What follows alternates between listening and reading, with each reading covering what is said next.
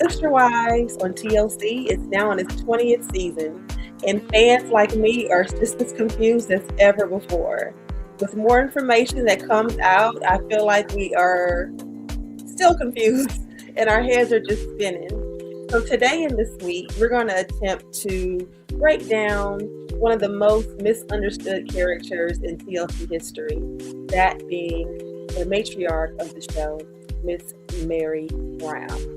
And we're going to get into that and more right after my intro video plays. It's about 51 seconds, guys. So if you would just bear with me, and while you're watching it, give this video a thumbs up and consider subscribing to my channel. I'd really appreciate it. Since the beginning of times, beauty salons and barbershops have had a special place in the hearts of the industry professionals and the patrons alike. We can all remember trips to the shop, special moments made, conversations had, and lessons learned. From politics to pop culture, the latest gossip, love and relationships, and social movements. It's all talked about. Lifelong friendships are created, networks are built, ideas are shared, and politicians are made or broken. Our power is great. Our reach is wide. This is the place where we all shine, from the beginning to the end of times. Let's keep the conversation alive. Join me in my suite from your suite, and let's talk about the tea. So, Meri Brown's catfish story is one of those that leaves us all stumped. And before we get into that story, I would like to give you guys a little bit of background on Meri and her life with the Browns and the relationships as they pertain to the marriages. Because without understanding that, it's hard to really understand Meri and where she's coming from. And in this video, I'm going to attempt to understand Meri and explain why she's so misunderstood. Meri Brown married Cody when she was about 20 years old, and she was born and raised in polygamy. Her dad himself had 5 wives. Cody, on the other hand, was new to polygamy. The two of them share one child named Leon.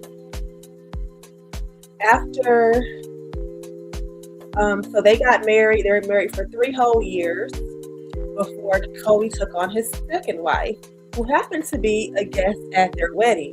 And not just a guest at Meri and Cody's wedding, but actually Meri's former sister-in-law. She's pictured here in the corner of this picture. And her name is Janelle Brown.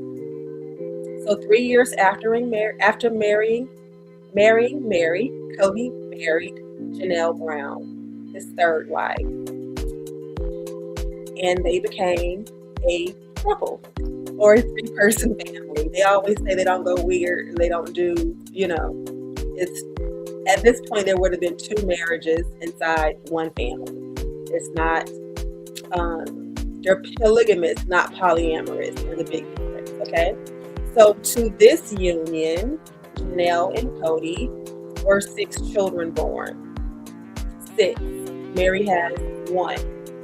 Janelle came in 3 years later as the former sister-in-law to Meri, married her husband Cody, and the 2 of them together conceived and produced 6 children. Cody's third wife is Christine. Christine was kind of considered polygamy royalty, okay? Cody has said several times that he wasn't really attracted to Christine when they got married, but marrying her kind of upped his status in the church. To their union, 6 children were also born. So Christine is the third wife. She married Cody 11 months after Janelle married Cody. So there was Meri, who was married to him solo for 3 years. They have 1 child. After those 3 years, he married Janelle, her former sister-in-law. They share 6 children. 11 months after marrying Janelle, he married Christine, polygamy royalty, and together they share 6 children. So that was 13 children at that time. Meri wanted more children, but unfortunately, more children were not in the cards for her. Despite how much she and Cody desired them and how much they tried to have them, she was only able to conceive and carry to term the one child now known as Leon. And together, the three mothers, the three wives, all had their first three children, all of them about a year or two apart. So they call them the triplets because the three kids were so close in age. And you can imagine at that time, Meri was probably pretty excited because at that time she didn't know that she was going to have the fertility issues that she ended up having. But she did. After about 20 years, Meri introduced Cody to Robin, his fourth wife. And when I say introduce Cody to Robin, that's actually pretty kind of controversial, despite the fact that on the show, Meri said that she introduced them, that she met Robin at a church dance and that she introduced them, and that was that. Robin at the time was a divorcee with 3 children of her own. Okay, so now that we kind of have a background of who the wives are and their children, you can kind of see I think that's important because that's going to kind of help us to understand who Brown is and why she has become the woman she is today. Okay, so Meri Brown's Catfish story is one of those stories that still has the fandom confused. It's usually told as a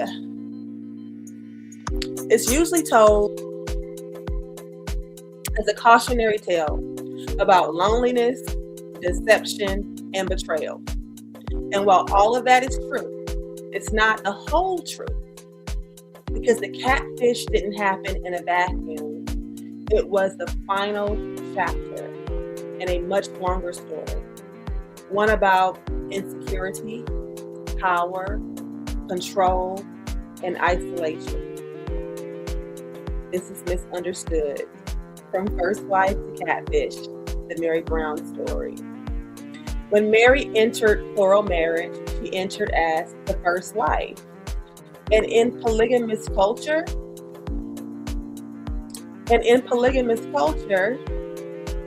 first wife status matters. It matters a big deal. At least in theory it does. The first wife is often seen as the emotional anchor to the family, the senior presence, and the example for the other wives to follow. And this is definitely the role that Meri played in the very beginning. But what people don't talk about enough is this. First wife authority only works when it's paired with emotional security. And Meri didn't have that. From early on, she struggled with fertility insecurity. Like I said, she wanted to have other children, and she witnessed her 2 subsequent sister wives conceive and give birth to 12 children while she was struggling to conceive and have more than the one that she was blessed with. So with that fertility insecurity came the fear of being replaced and a deep need for reassurance from Cody Brown. Instead of being able to lead from confidence, Meri was trying to lead from fear. This is where Meri's story becomes unfortunate and uncomfortable, but honest. And we're going to talk about it, okay? Meri's insecurity didn't stay internal. She wasn't able to just internalize them and work through them. It showed up in how she related to her sister wives and their children. Her relationships with Janelle Brown and Christine Brown were tense early on. We've often heard stories about that on the show, and even right now in the one-on-ones that are going on at the end of season 20, they're still discussing some of the early tensions in the relationship. And over time, that insecurity manifested as control, which is what they're complaining about. Emotional volatility and territorial behavior, difficulty sharing space and power. They've talked about that, from the dishes to the laundry. There was a difficulty sharing that space and sharing power. A healthy first wife, in contrast, creates safety. But Mary's insecurity made her create distance instead. And here's the hard truth. Her behavior didn't just push away her sister wives. It laid the foundation for her own isolation. And rightfully so, understandably so. The pattern repeated for years, though. Meri feels insecure. She reacts defensively. The other wives pull back. Meri feels rejected. Her insecurities deepen. By the time the wives or the viewers really notice it, especially us as viewers, by the time we notice the cracks in the foundation, trust was already fractured. Meri wasn't misunderstood because no one tried. She was misunderstood because connections that should have been made and should have been strong were never made or were already eroded. So when Meri introduced Robin to the family, now that we need to talk about. We need to talk about Robin Brown. And we're going to talk about her honestly and Meri's role in introducing Robin to the family honestly, okay? Meri encouraged Robin's relationship with Cody. And it's often formed as a selfless generosity, because it's like, okay, I feel like we're supposed to take one another's wife, and oh, I see that Cody and this woman have an attraction or a spark, so let me be selfless and look beyond myself and allow him to have this fourth wife, or encourage this so that we can build his celestial kingdom in heaven. Okay, so when you think about the idea of the first wife introducing this fourth wife, it's framed as selfless and it's framed as generosity. But if we look closer, it really reads more like strategy. Because behind Christine and Janelle's backs, Meri bonded privately with Robin and kept the secret from them. She advocated for her and positioned herself as Robin's ally. She really wanted them to be good friends. Not to mention the fact that Robin was fertile and could come into the family and continue the family in the future by having more children. Robin was younger. Again, she was fertile. She was emotionally needy, and she didn't yet feel powerful. Meri believed that closeness to Robin, Cody's shiny new toy, would mean continued relevance with Cody. This wasn't cruelty, it was fear. A lot of people think that Meri set Robin up in the family to hurt Janelle and Christine. And that's one of those things where I feel like Meri is misunderstood. I think that she did do it knowing that it would hurt Janelle and Christine. But I think that it was done out of fear of her being further isolated while they grew closer together, her child growing on and graduating and moving on, and her being an empty nester, and there being no more new babies coming into the family. And the fact that she didn't have a close relationship with Janelle and Christine at all. So Meri really yearned for that closeness, and she thought she found it in Robin, but it backfired because Robin didn't stay dependent. She became the emotional favorite, the one that Cody confided in, and she became the legal wife, and she became the wife that Cody protected. Meri lost leverage and trust all at once, and I know that had to be hard for her. And while it's often minimized as just paperwork, it was far more than that, the legal divorce. With that,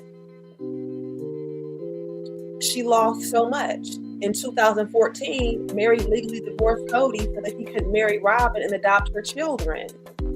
And with that, like I said, she lost title of first wife, legal wife, the only legal wife. She lost the protections that come with that legally. And she lost the proof of legitimacy, and the proof of her being a primary. By this point, she had already alienated her sister wives. The other two, Janelle and Christine, and her alliance with Robin didn't save her, and it didn't work out. Her connection was to Cody. Her connection to Cody was already fragile. And bringing in the younger, fertile, thinner, newer, shinier Robin didn't help. And when Cody and Robin grew closer, Meri felt even more isolated and even more hurt. So that wasn't just heartbreak. It was literally, the legal divorce wasn't just heartbreak for Meri. It was literally identity collapse, because she identified as the first and the legal wife. So there's no surprise that she was vulnerable. And with that vulnerability came time and loneliness. And with that loneliness came the catfish that we've all heard about. The catfish, who Meri thought was a man named Sam. And when Sam entered the picture, it wasn't just romance for Meri. It was exclusivity. Finally, at this point, Meri was the only woman in this relationship, or so she thought. It came validation, because she was able to talk to Sam about things that she was going through in her marriage and have him validate her feelings and let her know that she deserved better than that, or she deserved something different. She felt chosen in this relationship. Like this man here, this beautiful man with this hat on, that we only see half of his face, this is supposed to be Sam. And Meri felt like Sam had chosen her. There was no hierarchy. She didn't have to be one of many. Unfortunately, Sam turned out to be the woman here with the blonde hair. Her real name is Jackie. And in this relationship, there was no sister wives. And this matters. This matters. Meri didn't know that she was being catfished at the time. Meri developed this emotional relationship with this person that she believed was choosing something new. She believed she was choosing something new. And she believed that she was being chosen by something new. And not just something new, but somebody young and hot and handsome, okay? So that loneliness explains why that attention felt so intoxicating to her, and why it left her so vulnerable to be manipulated by this woman, Jackie, that turned out to be the catfish. But in that loneliness, Meri really invested. Meri met the person at Disney World, like she really thought that she was going to be moving on. But that loneliness doesn't erase intent. Once she found out that it was a catfish, that she was catfished, the whole narrative changed. But again, the intent was there, okay? The intent was there.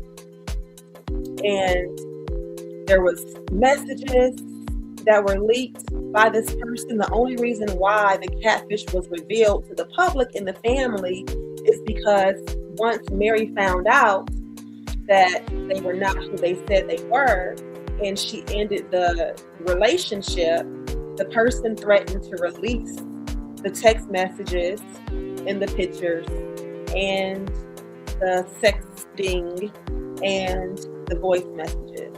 And there was a lot of them. There's a lot of them, okay? And so the intent was there. Even though the person turned out to be a catfish, the intent was there. In the meeting at Disneyland with this woman, when Meri thought she was going to meet Sam, the guy, shows intent. And there's no arguing with that. Meri can't argue with that. Nor can she argue with this picture. Her with the banana in her mouth. That's a picture that she supposedly, allegedly sent to Sam. Okay? So the intent was there, and that's where accountability enters the conversation. When the catfish was exposed, Meri was humiliated.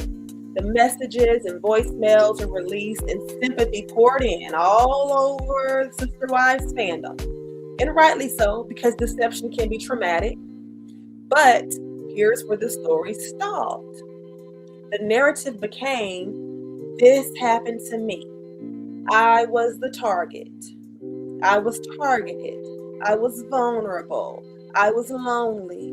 I was in a dark place because of Cody.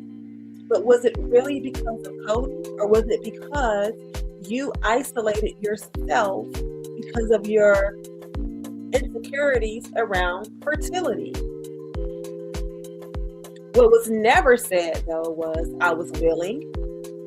I was emotionally leaving you. I played a role in how isolated I became. Pain explains the behavior. It does. But it does not erase agency or fault.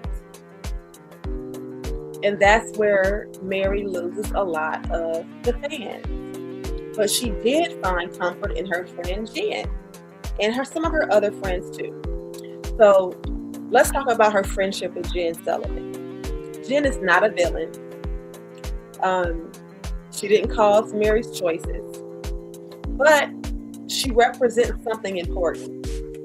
Jen feels like the parent who believes everything their child says and never asks the teacher and never asks what the teacher might have seen or experienced. She validates Meri's feelings as a good friend should. She protects her emotionally, especially from Cody. But because Jen only hears one side, Meri's narrative is never challenged. Validation without accountability doesn't heal. It preserves. And when someone laughs at everything you say, even when it isn't funny, it stops feeling like support and it starts feeling like insulation or like butt kissing. Okay? Jen didn't trap Meri in victimhood, but she's made it comfortable for Meri to stay there, if that makes sense. Meri Brown isn't misunderstood because people lack compassion. She's misunderstood because she never completed the growth arc, no matter how much she says she's worthy of. Growth will require saying, I hurt my sister wives. I misused my position. I sought validation from Jen instead of repair with my sister wives. Until that happens, the story can't evolve. It can't. Meri Brown wasn't destroyed by a catfish.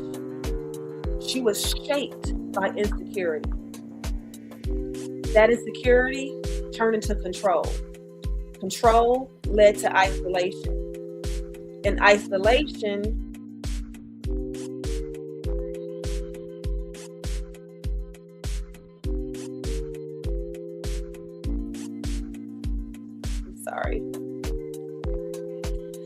But that isolation made validation from Jen feel more like salvation, if that makes any sense. I'll repeat that. The isolation made validation from Jen and her friends feel more like salvation.